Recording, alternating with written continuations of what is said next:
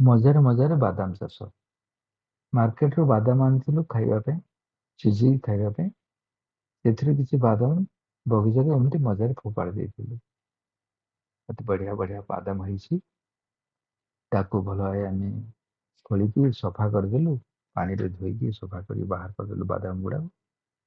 ତ ଦେଖନ୍ତୁ ଏଇ ବାଦାମ, କଞ୍ଚା ବାଦାମଟା ଖୋଲିଲେ ଏମିତି ଦେଖାଯାଏ। ପ୍ରାୟ ଅଧିକାଂଶ ଲୋକ ଜାଣନ୍ତିନି ବାଦାମ କେମିତି ଚାଷ ହୁଏ, ବାଦାମ କେମିତି ଫଳେ। ତ ଦେଖନ୍ତୁ ଇଏ ହେଉଛି ବାଦାମ ଚାଷ। ତାକୁ ନେଇଯିବା, ଆମେ ସଫା କରି ରଖିଦେଲେ ପ୍ରେସରରେ ସବୁ ଯାକ ପକେଇଦେବା। ପକେଇକି ସେଥିରେ ଲୁଣ 2-3 ଚାମଚ ପକେଇଦେବା। ଲୁଣ ପକେଇ ଟିକେ ପାଣି ଭଲ ଭାବେ ଦେଇଦେବା।